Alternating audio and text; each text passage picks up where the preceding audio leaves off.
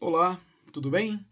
Sou o professor Marcos Roberto e vamos tratar aqui de conteúdos da disciplina Metodologia do Ensino de Ciências na turma de Pedagogia.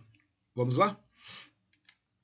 Ao pensarmos um tipo de ensino de ciências ideal para os nossos alunos do século XXI, temos de primeiro pensar em duas questões basilares do processo de ensino.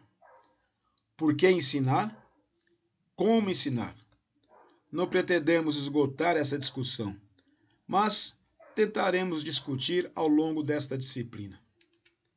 Para o professor Demo, deveria impor-se a atitude de aprender pela elaboração própria, substituindo a curiosidade de escutar pela de produzir.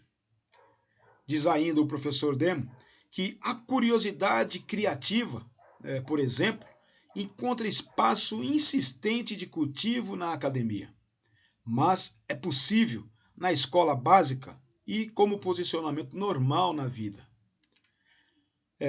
Como comentado antes, em vídeo aula anterior, teremos como norteador durante a disciplina a Base Nacional Comum Curricular, a BNCC, que é um documento de caráter normativo que está alinhado à Agenda 2030 da Organização das Nações Unidas, a ONU, que define o conjunto orgânico e progressivo de aprendizagens essenciais que todos os alunos e alunas devem desenvolver ao longo das etapas e modalidades da educação básica.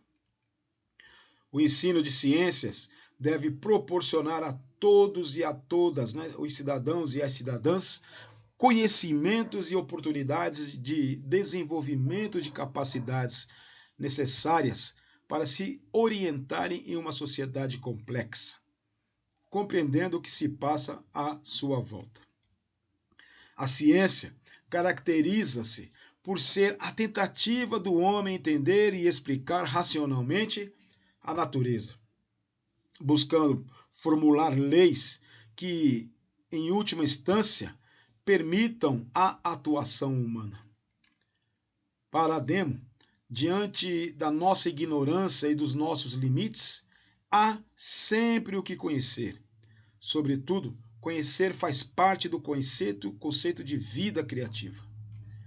No livro Para Compreender a Ciência, é dito que a ação humana não é apenas biologicamente determinada, mas se dá principalmente pela incorporação das experiências e conhecimentos produzidos e transmitidos de geração a geração. A transmissão dessas experiências e conhecimentos, por meio da educação e cultura, permite que a nova geração não volte ao ponto de partida da que a precedeu, não fazendo com que todos e todas, os professores e as professoras que ensinam devam ser pesquisadores ou pesquisadoras, mas a conexão entre ambos, ensino e pesquisa, são necessárias. São necessárias ou necessária, Quem ensina carece pesquisar. Quem pesquisa carece ensinar. Professor que apenas ensina jamais o foi. Ainda citando o professor Pedro Demo, ele comenta que a pesquisa não é o ato isolado, intermitente, especial, mas atitude processual de investigação diante do desconhecido e dos limites que a natureza e a sociedade nos impõem. Para Barros e Leffelt, por meio da investigação científica, o homem não só reconstitui progressivamente o mundo dos objetos em seu pensamento, como também lhe dá significantes novos e mais próximos à verdade que aquilo que os objetos contêm. Algumas considerações sobre o ensino de ciências. Toda criança é naturalmente curiosa a respeito dos fenômenos da natureza e dos objetos e equipamentos tecnológicos com os quais convive.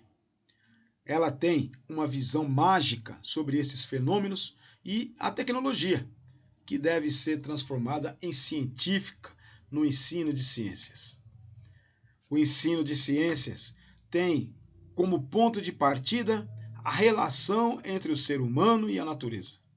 Colabora para a construção do pensamento científico acerca dos fenômenos da natureza, bem como para a compreensão das transformações ocasionadas pelo ser humano em diferentes tempos e espaços. A produção do conhecimento científico acontece nas relações históricas, culturais e sociais.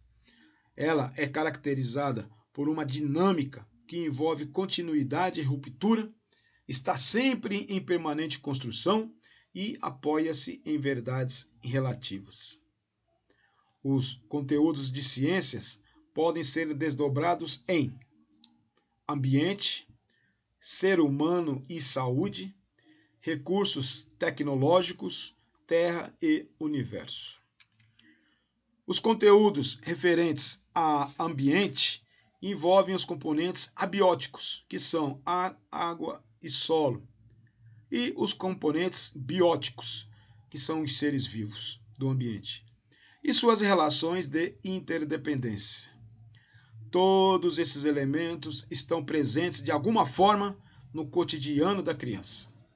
O ensino de ciências deve levar o aluno ou a aluna a compreender como se dão as relações na natureza, para que possa agir de forma mais responsável, crítica e consciente diante das questões ambientais. Os conteúdos referentes a ser humano e saúde se orientam pela concepção de corpo humano como sistema integrado nas diferentes dimensões que são orgânica, ambiental, psíquica e sociocultural. Os diferentes sistemas que compõem o corpo humano devem ser compreendidos em suas funções específicas, bem como na relação de cada sistema com os demais, para a manutenção do todo. Da mesma forma, a saúde deve ser entendida como bem individual e coletiva, condicionada a fatores físicos, psíquicos e sociais e promovida pela ação de diferentes agentes. O que importa é a compreensão dos processos relacionados ao desenvolvimento e ao funcionamento do corpo humano e as relações desses processos, entre si e com o ambiente. Em recursos tecnológicos, abordam-se conteúdos que focam as transformações dos recursos materiais e energéticos realizados pelo ser humano para suprir suas necessidades e os conhecimentos, os instrumentos, os materiais e os processos que permitem essas transformações. O trabalho com esses conteúdos colabora para formar alunos e alunas capacitados e capacitadas a compreender e utilizar os diferentes recursos tecnológicos, bem como distinguir o uso correto e necessário daqueles prejudiciais ao equilíbrio da natureza e do ser humano. Os conteúdos de Terra e Universo enfocam as condições reinantes na superfície do planeta Terra, as quais possibilitam o aparecimento, o desenvolvimento, a diversificação e a organização da vida.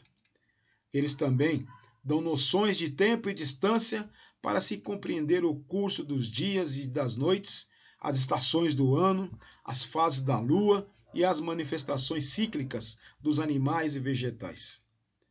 A compreensão do universo, que vai além do horizonte terrestre, dá um novo significado aos limites do planeta Terra e da existência do ser humano e de sua responsabilidade pela preservação da Terra, aparentemente o único planeta do sistema solar com vida. E por hoje é isso, nos veremos na próxima aula. Forte e caloroso abraço.